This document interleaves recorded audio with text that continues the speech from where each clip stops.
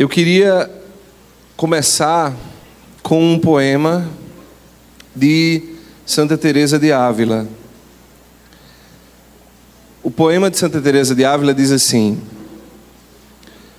Vossa sou, para vós nasci. Vossa sou, para vós nasci. Que quereis fazer de mim? Soberana majestade, eterna sabedoria, bondade tão boa para minha alma. Vós, Deus, alteza, ser único, bondade. Olhai para minha baixeza, para mim que hoje vos canto o meu amor. Que quereis fazer de mim? Vossa sou, pois me criastes. Vossa, pois me resgatastes. Vossa, pois me suportais. Vossa, pois me chamastes. Vossa, pois me esperais. Vossa, pois não estou perdida. Que quereis fazer de mim? Que quereis então, Senhor tão bom, que faça tão vil servidor? Que missão destes a este escravo pecador? Eis-me aqui, meu doce amor, eis-me aqui. Que quereis fazer de mim? Eis o meu coração, que coloco em vossas mãos, com o meu corpo, minha vida, minha alma, minhas entranhas e todo o meu amor.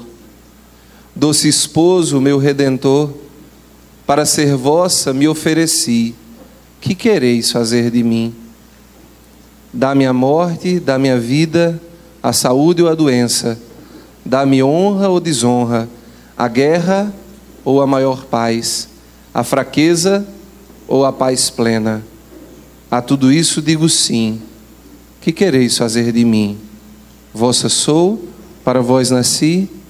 Que quereis fazer de mim? Por que eu quis introduzir isso com esse poema, introduzir essa oficina com esse poema de Santa Teresa?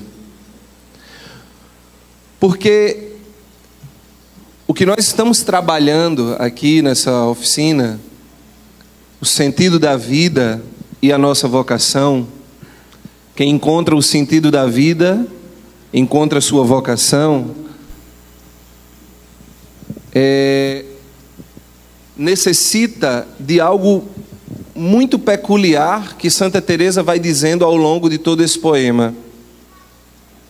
Necessita de que a gente compreenda a diferença entre vocação e outras coisas que a gente pensa que é vocação. Mas antes de adentrar mesmo nessa diferenciação, eu quero me apresentar, né?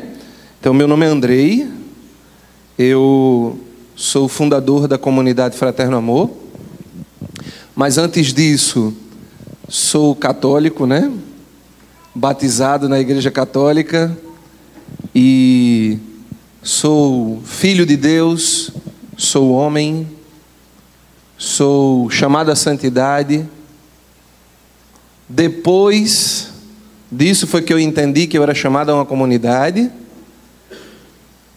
E hoje eu entendo que sou chamado ao matrimônio.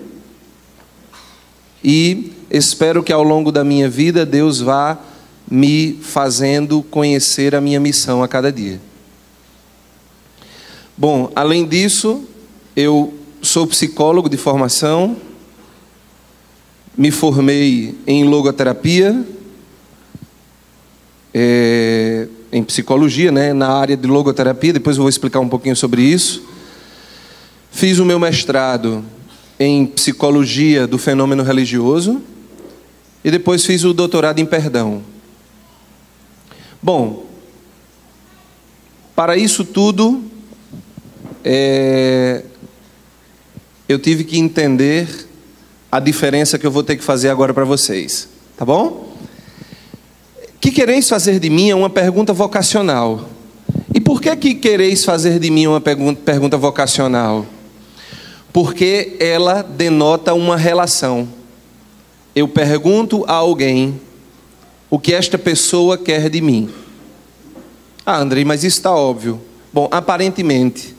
Porque muitas vezes, e principalmente nos consultórios de psicologia ou em outros lugares que se propõem a fazer esse tipo de pergunta, há uma confusão muito grande entre vocação e aptidão, ou vocabilidade. Já ouviram falar nisso? Não. Vocabilidade, na verdade, é aptidão. Quando a gente, um adolescente está ali no ensino médio, querendo encontrar a sua profissão, a mãe manda ele para um consultório psicológico para ele fazer um teste. Vocês comeram?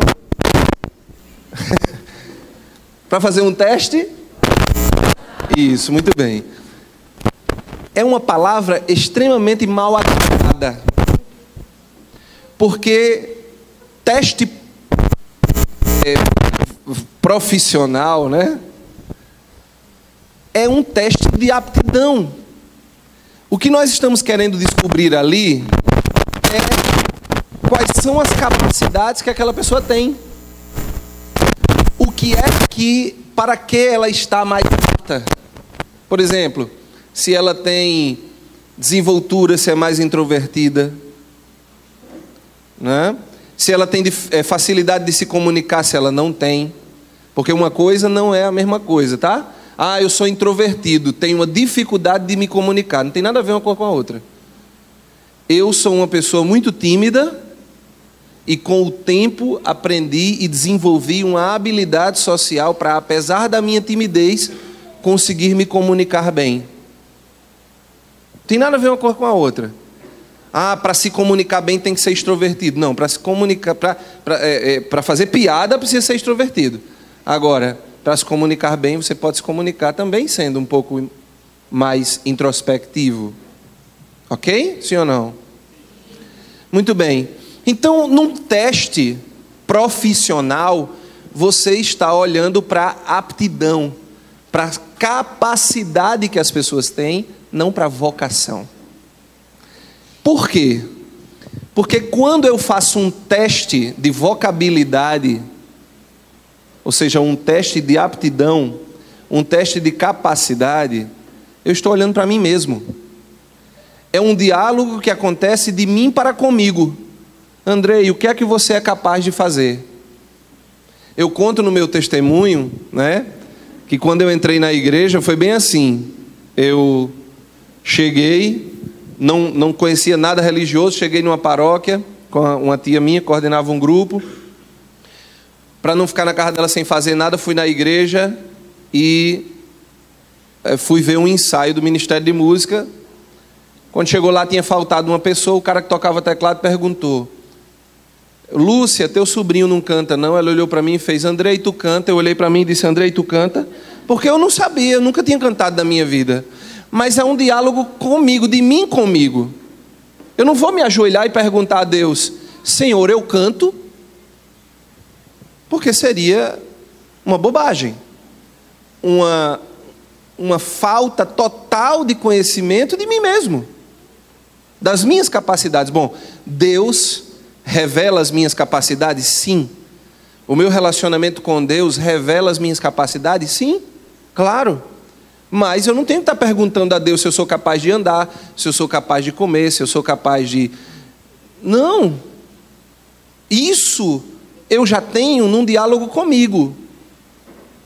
O autoconhecimento vai me fazer conhecer quais são as minhas capacidades. O que eu pergunto a Deus é se eu devo ir aonde eu não sou capaz. Aí sim. Se eu devo botar o pé para ele botar o chão, que aí é um ato de fé. Não é verdade? Eu sou capaz de ser um bom padre? Eu tenho que perguntar a Deus. Por quê? Porque é uma questão vocacional. Não é capacidade pessoal. É vocação. Por isso que Teresa de Ávila vai dizer: que quereis fazer de mim. Ela está conversando com alguém. Ela não está conversando com ela mesma. Ela não está perguntando: o que é que eu quero fazer hoje? Ela está perguntando: o que quereis fazer de mim, Senhor? É um diálogo. Então, feita essa separação, extremamente importante, a gente pode dar continuidade. A primeira coisa para a gente entender o que é vocação é deixar de olhar para nós mesmos e começar a olhar para fora de nós. E nesse caso, começar a olhar para Deus, que é quem chama. Ok? Eu estou me sentindo muito livre para falar aqui, porque apesar da minha formação profissional, como eu falei, antes de tudo isso, eu sou batizado. O professor Felipe Aquino diz muito isso, né? Ele é doutor em física, né? E ele diz: no meu consultório, o diploma que eu coloco é minha certidão de batismo. Ela veio antes de tudo e deu a mim mais dignidade do que qualquer outro título. Então eu me sinto muito feliz de estar aqui falando, porque eu estou falando para católicos, e eu não preciso me omitir, como algumas vezes eu tenho que fazer profissionalmente, né? Me omitir não no sentido negativo, né? Mas eu não posso estar impondo religião dentro do meu consultório, até porque eu recebo pessoas diversas, né? Bom, então existem 4 tipos básicos de vocação. 4 tipos básicos de vocação. A primeira é o ministro ordenado, que se divide em 3, né? Diácono, presbítero e bispo, ou episcopado, né? O segundo é o casado no mundo. O casado no mundo, ou seja, aquela pessoa que assume o sacramento do matrimônio, não é? Que compreende que a sua vida a partir daquele momento é espelho da Trindade. Por que é espelho da Trindade o casal? Porque se você olhar bem, existe uma palavra grega, né? Chamada pericorese, que indica a relação de amor entre a Trindade. O Pai ama o Filho com toda... O Pai se inclina sobre o Filho e se derrama de amor sobre o Filho. O Filho se inclina para o Pai e se derrama em amor pelo Pai. E a fusão desses dois amores, né, faz gerar o Espírito Santo. O que é que acontece com um casal? Quando o homem se inclina sobre a mulher, o que é que surge da fusão desse amor? Um outro amor. Em forma de uma criança, mas um outro amor. Então, o casal no mundo, chamado a ser espelho da Trindade. Bom, a terceira vocação básica é o solteiro no mundo. André, isso é vocação? Isso é vocação, solteiro no mundo. Uma pessoa que, por exemplo, por amor a algo, se dedica àquele algo, ou seja, pode ser uma causa, ou pode ser alguém, com tamanha devoção para trazer ao mundo uma esperança. Um médico, uma pessoa que decide não casar para cuidar, e ela é o esteio da família, ou seja, o centro da família, é aquela que agrega, que une, né? Eu tive uma tia falecida de câncer já, mas que era isso na minha família, né? E isso é diferente, tá? Presta atenção. Quando eu falo de solteiro no mundo, eu não estou falando de solteirão, tá? Eu também não estou falando de solteirice estéril. Eu não quero casar, não tenho saco para homem, não tenho saco para mulher. Não, Deus me livre, ter um filho. Isso é solteirice. Isso é solteirice, não é? O fato é que, por exemplo, biologicamente, se nós formos ver, muitas mulheres vão ter esse chamado aqui, a ser solteira no mundo. Não é? Hoje tem usado muito essa linguagem, né, do celibato, não é? É porque o celibato formalmente ele é usado para a vida religiosa. Por isso que eu estou chamando de solteiro no mundo, tá certo? Mas seria mais ou menos isso, né? Muitas mulheres vão ser chamadas a isso. Sabe por quê, gente?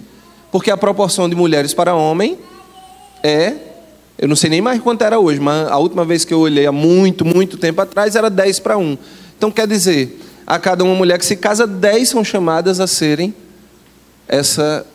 esse socorro no mundo, dedicarem a algo ou a alguma causa. É assim? Infelizmente não, filho. Isso é obra de Deus. Infelizmente que você ainda não compreendeu que você pode ser um dom para este mundo, né? Mas é uma obra de Deus. Deus permitiu, né, que as mulheres dominassem o mundo. Elas estão perdendo tempo, né? Estou brincando, tá? Não precisa sair daqui querendo dominar o mundo. Então, o solteiro no mundo. O quarto é a vida consagrada.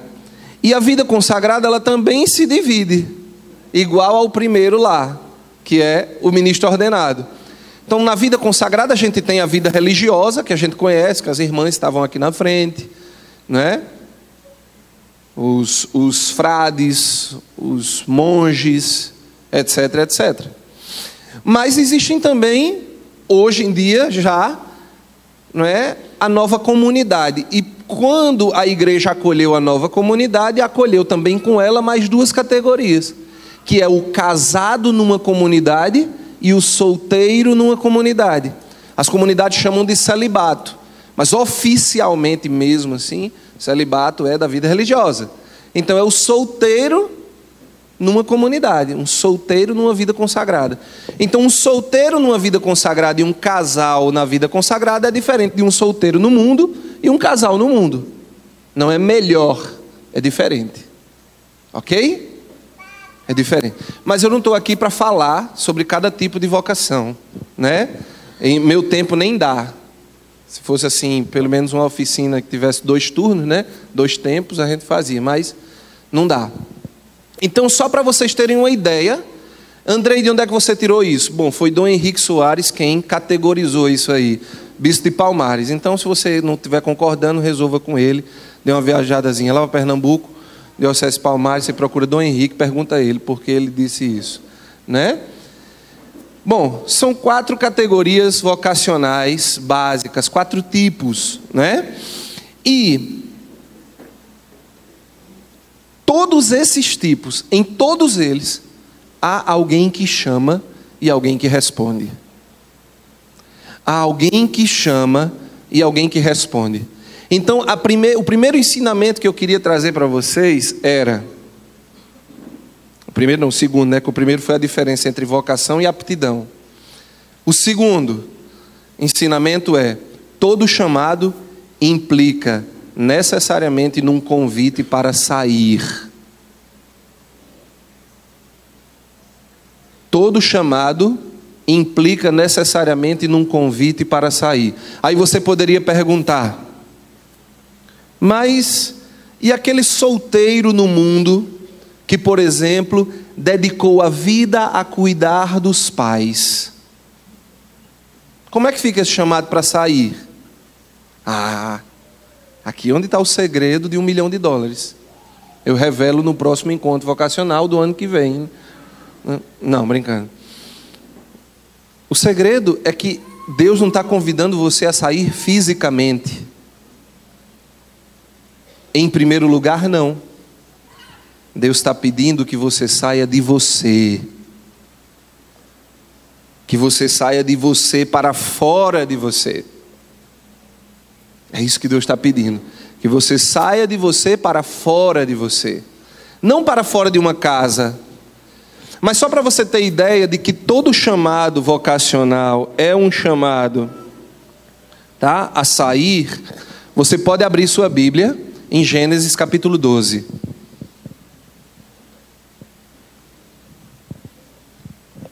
E você vai ver no primeiro versículo,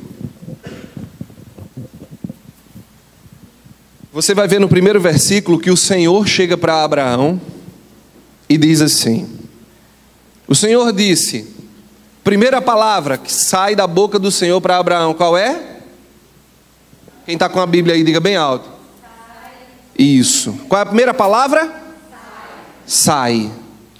Sai de tua terra, do meio de teus parentes, da casa de teu pai. Vai para a terra que eu vou te mostrar. Farei de ti uma grande nação e te abençoarei. Engrandecerei o teu nome, de modo que ele se torne uma bênção.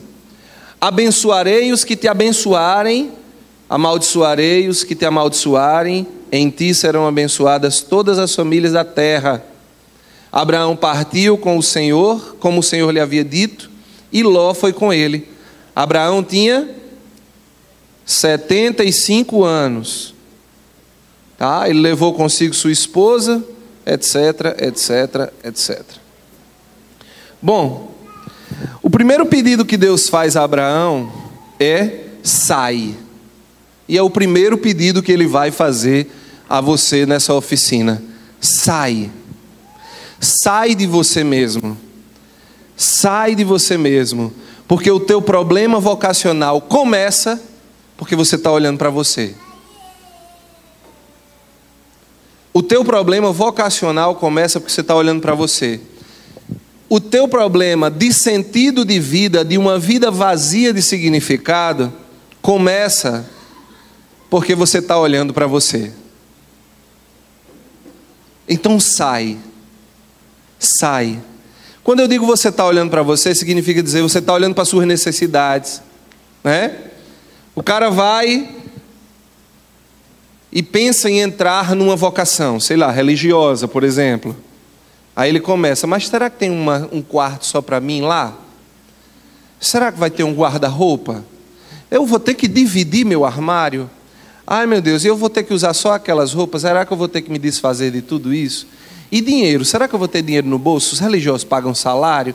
O cara está preocupado com um monte de coisa relacionada a ele.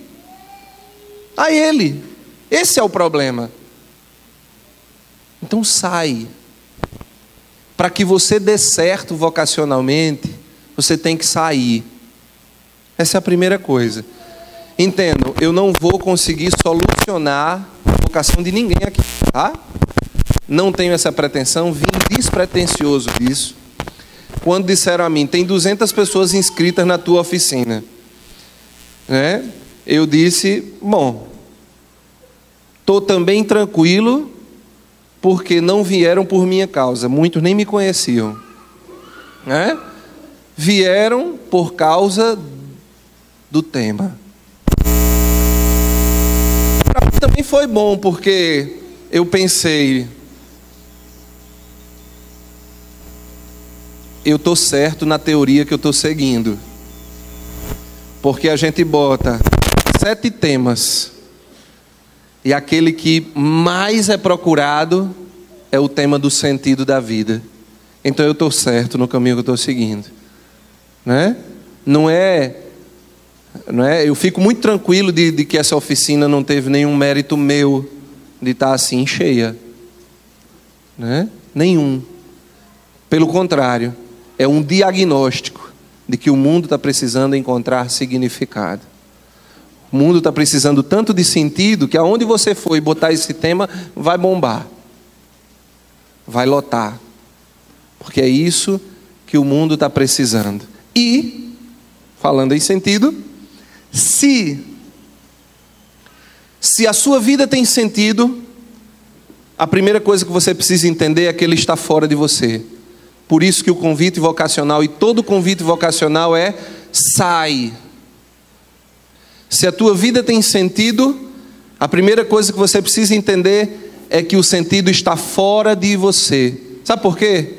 Porque você não pode ser o sentido da sua vida. Diga isso para quem está do seu lado, para a gente acabar com essa seriedade. Você não pode ser o sentido da sua vida. Você não pode, diga, ser o sentido da sua vida. Agora diga outra frase aí para você botar no Instagram quando sair daqui. Se você quer descobrir sua vocação, você precisa descobrir como onde e quando doar a sua vida. Se você quer descobrir sua vocação, você precisa descobrir o quê? Como, onde e quando doar a sua vida. Vocação é doação, é saída, é não voltar-se para si, não é? A gente está falando de descobrir vocação, mas a gente também pode falar essa mesma coisa de redescobrir vocação, não é? Quantas pessoas têm sua vida vocacional esfriada no mundo? Você acha que o Papa botou esse tema? Como o Padre Carlinhos estava falando. Você acha que o Papa botou esse tema à toa? Ele botou esse tema porque ele tem um diagnóstico do mundo. O mundo está em crise vocacional. O mundo está em crise vocacional. Então a gente tem que falar sobre descobrir, mas tem que falar também sobre redescobrir. Porque senão as pessoas descobrem e se perdem. Aí descobrem e se perdem. Então a gente está fazendo um serviço de quem está coletando água de chuva numa caixa d'água furada. Se eu não entendo que viver um processo vocacional é eternamente descobrir que eu preciso sair de mim, descobrir como, onde e quando me doar, eu vou permanecer tendo crise vocacional em mim, na minha comunidade, na minha ordem, na minha família. Ok? Sim ou não? Então, vocês precisam entender também uma coisa: o mundo não favorece isso que eu estou falando. O nosso mundo não favorece isso que eu estou falando. O mundo está louco, tá? O mundo está louco. O mundo está em crise. E a palavra que o Papa Francisco usa para essa crise é autorreferencialidade. Raoni, põe o próximo aí. Não. Será que não? Não, volte. Acho que foi demais, não? Antes desse não tem não? Nada? Então deixa quieto. Eu tinha salvado, devo ter salvado em outro arquivo, né? Na hora de passar não ficou. Muito bem, tudo bem. Presta atenção. A imagem da autorreferencialidade é a imagem de uma cobra. Era essa imagem que eu ia botar aí, mas tudo bem. A imagem de uma cobra engolindo o seu rabo. Já viram essa imagem? Sim ou não? Né? A cobra vai lá, ela morde seu rabo, ela vai se engolindo, até que chega uma hora que ela morre. Ela morre porque tentou, né, devorar a si mesmo. Isso é autorreferencialidade.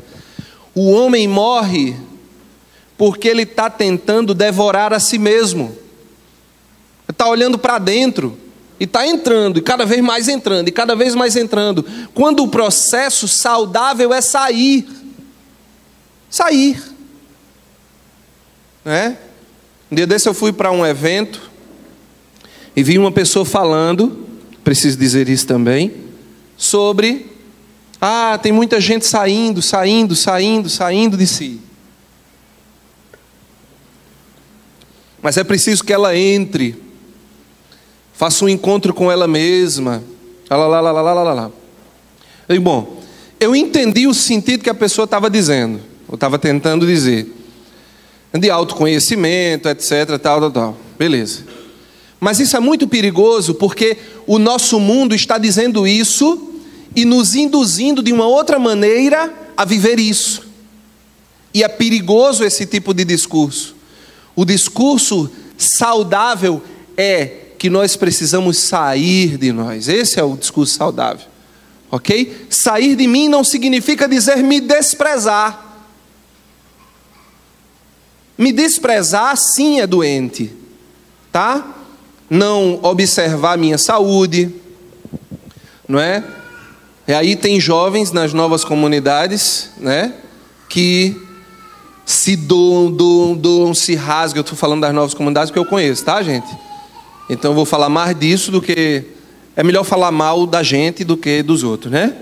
Então, se doa, está disposto a dormir, né, no chão, com a cabeça num batente. Se gasta por 2 anos. Depois tem que passar 30, fazendo terapia, se recuperando, porque não aguenta mais, saindo de crise de esgotamento psíquico. Sair de mim não é me desprezar. Jesus me convida a amar a mim para usar esta medida para o outro. Não é isso? Ame ao teu próximo como você ama a si mesmo. Então, é uma maneira de Jesus dizer assim: sair de mim não é me desprezar. Sair de mim não é descuidar de mim.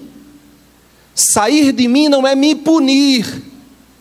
Porque tem gente que está numa patologia de vida tão grande que sair de si para ele é ficar se punindo, não é?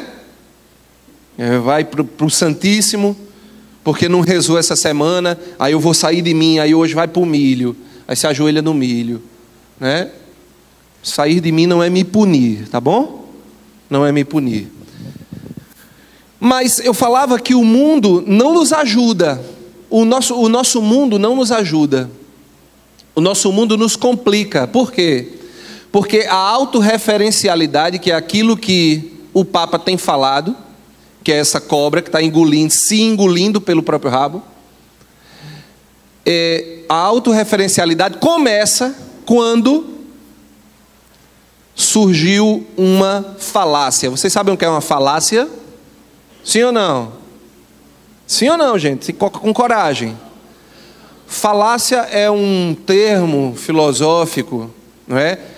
Para dizer sobre um raciocínio falso que aparentemente é verdadeiro. Vou dar um exemplo. Tá? É uma lógica falsa, né? Por exemplo, o mar é feito de água e sal. Ok? Então o mar é um biscoito creme crack. Faz sentido a lógica, sim ou não? É aparentemente verdadeiro, né?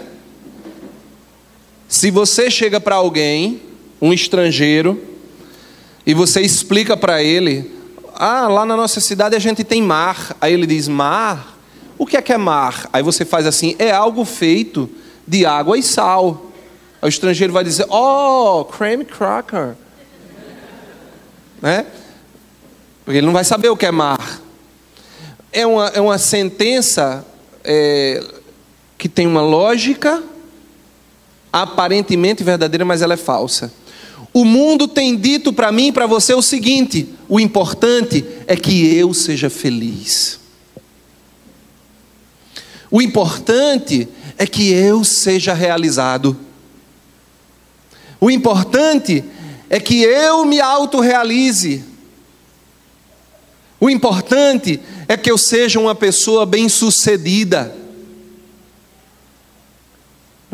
No meio de nós, até que a fama aparentemente já não é mais tão levada assim como, não é, algo necessário. Quando alguém diz assim: eu preciso ser famoso, já dá para dar uma olhada para ele e pensar assim: ih, rapaz, que pessoa é essa, hein?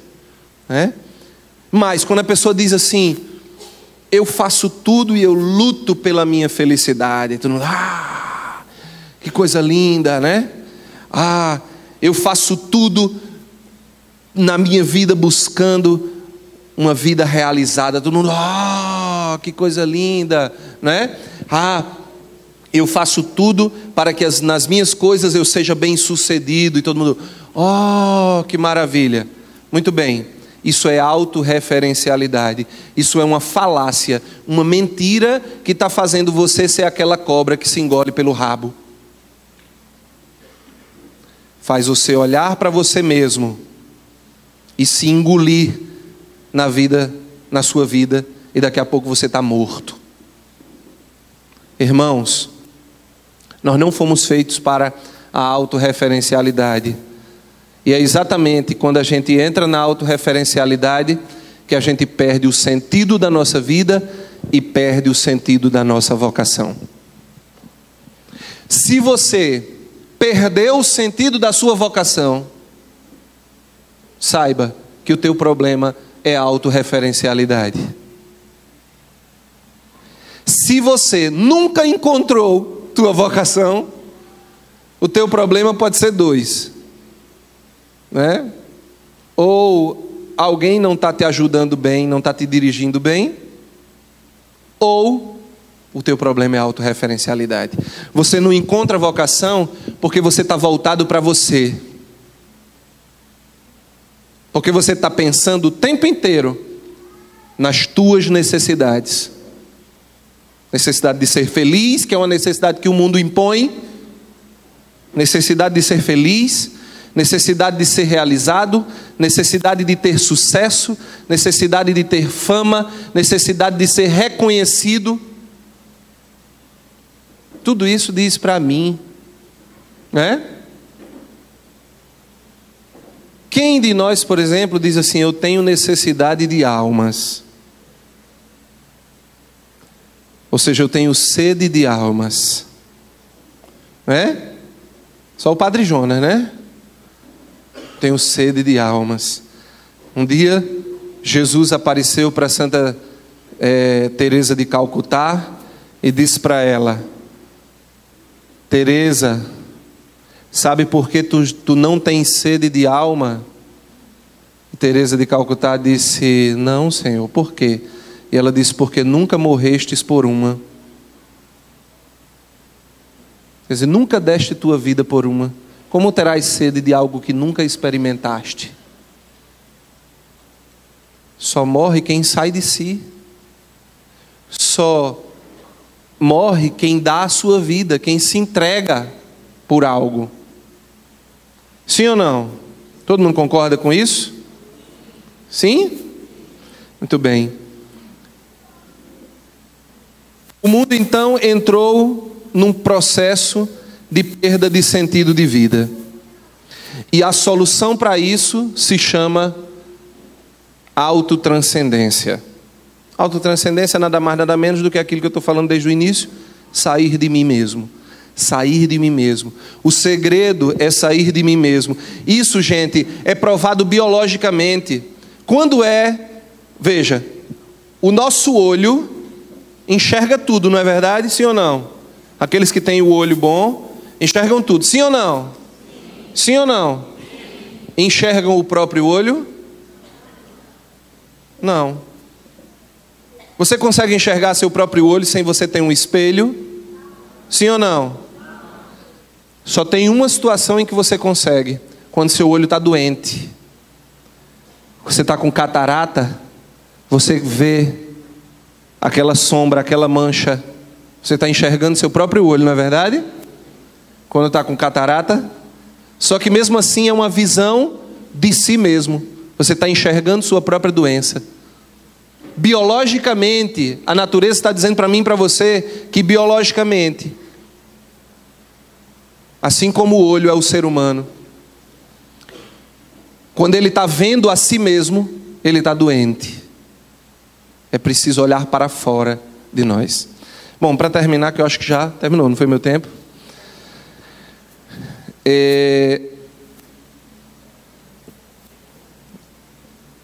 O sujeito que promove essa reflexão se chama Viktor Frankl. Passa aí, Raoni, rapidinho.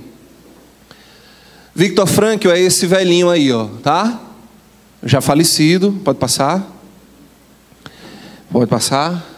Ele é a esposa. E uma das coisas mais importantes de entender de Viktor Frankl, eu vou falar isso só para que vocês atiçar a curiosidade de vocês de procurar, tá certo? Foi nesse cara aí que eu me formei e fiz minha pós-graduação, tá? O Viktor Frankl, aqui nessa foto, ele está recebendo uma carta do Vaticano, né? Agradecendo, né, pelas contribuições que ele fez à formação da igreja psicológica. Pode passar. No próximo slide, nós vamos ver que o Papa Paulo VI, um dos papas mais inteligentes da história da igreja, disse que a teoria de Viktor Frankl, a única teoria psicológica compatível com a doutrina católica. Uma palavra do Papa Paulo VI, né? Pode passar. Vai lá, Raoni.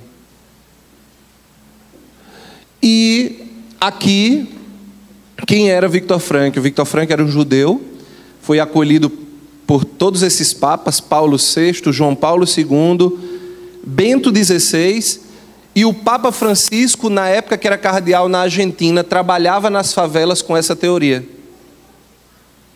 Tá? Só para vocês entenderem, 4 papas, né? E o Viktor Frankl era um psiquiatra, neurologista, filósofo, psicólogo. Ele fundou essa teoria chamada logoterapia, logo de sentido, sentido da vida, terapia do sentido. Ele escreveu 39 livros sobre isso, ganhou 29 títulos de doutor por todas as universidades do mundo, foi indicado 2 vezes ao Nobel, tá? E o que ele propõe é exatamente isso. Eu quero terminar com a historinha dele. Pode ser? Eu tinha muito mais coisas para falar, mas nosso tempo não deixou, fica o gostinho, né? Para que numa próxima oficina... Oi? Tem 10 minutos ainda? Para que... Tem 5, eu acho, não? Para que numa próxima oficina a gente esteja, né? Você diga assim, rapaz, foi bom demais. Você precisa conhecer o sentido da vida. O Viktor Frankl, ele conta que quando ele estava no campo de concentração, era muito... Ele passou por 4 campos de concentração, não falei isso. E entrou nos campos de concentração nazista para cuidar dos pais que foram presos. Entrou voluntariamente. Passou do começo até o fim da guerra. 4 campos, inclusive os 2 piores, Auschwitz e Dachau, né?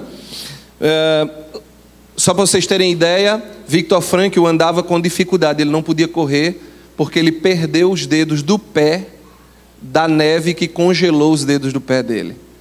E os dedos caíam, lá no campo mesmo, tá? Ele não tirou depois que deu problema não, o dedo caía no campo de concentração. Só para vocês terem ideia do que era sofrer, tá? Muito bem. Lá dentro do campo de concentração, ele elaborou a teoria dele, dizendo que quem tem um motivo para viver, suporta toda forma de viver. Toda forma de viver.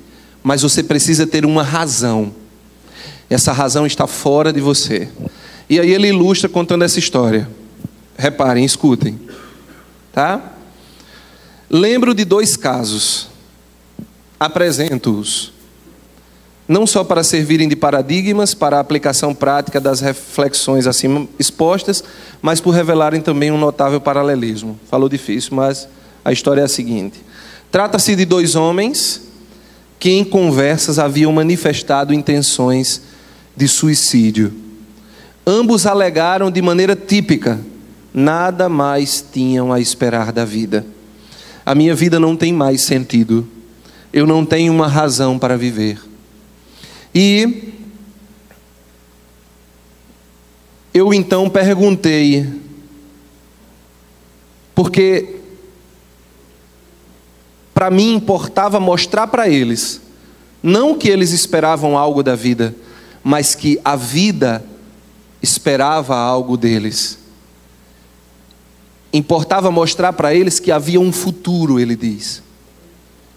Então eu perguntei para eles, e o que é que a vida espera de vocês? E um então disse: o meu idolatrado filho e amado espera por mim. Ele não foi preso. O outro era um cientista e respondeu a pergunta assim: eu tenho uma obra que não foi escrita, não foi terminada de escrever, e só eu posso terminá-la. Essa obra espera por mim. Então Viktor Frankl vai dizer que se você espera por algo ou por alguém fora, você percebe que algo ou alguém espera por você, você encontra um sentido para suportar o sofrimento. Esses 2 prisioneiros desistiram de se matar, desistiram de se jogar na cerca elétrica, porque algo esperava por eles. O que é que espera por você fora daqui? O que é que espera para você no mundo? O que é que está fora de você que espera por você? A que Deus está lhe chamando? É perguntar da mesma maneira. Deus está chamando você a alguma coisa. Ele está chamando a você a quê? O que é que espera por você? Então, meu irmão, saia dessa divisão. De um lado, o mundo está puxando você e está dizendo: foge, foge, foge da dor e busca o prazer. E do lado de cá, o Espírito está dizendo: saia de você, ainda que para isso você tenha que suportar o sofrimento. O mundo está dizendo: foge da dor e abraça o prazer. E o Espírito está dizendo: sai de você, ainda que você precise suportar algum sofrimento. Uma hora você vai partir, e isso vai acabar com você. Na falta de resposta para um sentido, o ser humano se refugia na vontade de prazer. Bom, para terminar mesmo uma historinha. Mr. Jones era um alcoólatra, e o alcoolismo estava dando para ele problemas de audição. Então o Victor Frankl chegou para o Mr. Jones e disse: o senhor não, o que está causando sua surdez? Ele chegou lá: não, porque eu não consigo escutar, doutor. E ele sentiu o bafo e disse assim: mas olha, teu problema é o alcoolismo. Teu problema é que você está bebendo. Pare de beber e você vai voltar a escutar. 2 meses depois ele encontrou o Mr. Jones e falou bem alto: oi, Mr. Jones. Aí ele disse: não precisa falar alto, doutor, estou ouvindo muito bem. Aí ele: ah, que coisa boa, vi que você parou de beber. Ele disse: foi, parei, graças a Deus parei de beber. 2 meses depois, ele encontrou o Mr. Jones e falou: oi, Mr. Jones, como o senhor está? E o velhinho fez: hã? Ele disse: como é que o senhor está? Hã? Como é que o senhor está? Ah, viu que voltou meu problema, né, de audição. Ele disse: já vi então que o senhor voltou a beber. Aí ele disse: é, doutor, porque aquilo que eu estava ouvindo não era melhor do que o uísque. Quando falta a resposta significativa para a vida da gente, a gente se refugia no prazer. E isso acaba a nossa vocação. Porque vocação é se lançar. Então diga isso para quem está do seu lado, para você terminar. Para terminar, diga: vocação é parar de olhar para si e começar a olhar para fora de si, para a vontade de alguém que está fora de você. Não é para olhar para a sua vontade, é para olhar para fora de você, para alguém que te chama. Preste atenção, irmãos. Nunca mais justifiquem as crises vocacionais de vocês nas circunstâncias que vocês estão vivendo. Ah, porque é difícil, porque não sei o que lá, porque não sei o que lá. Não. Vocação tem que ser difícil mesmo. É um chamado para fora de mim. Vocação tem que ser difícil, tá? Senão não seria um processo de chamar e alguém ouvir. Ou seja, de chamar e alguém obedecer.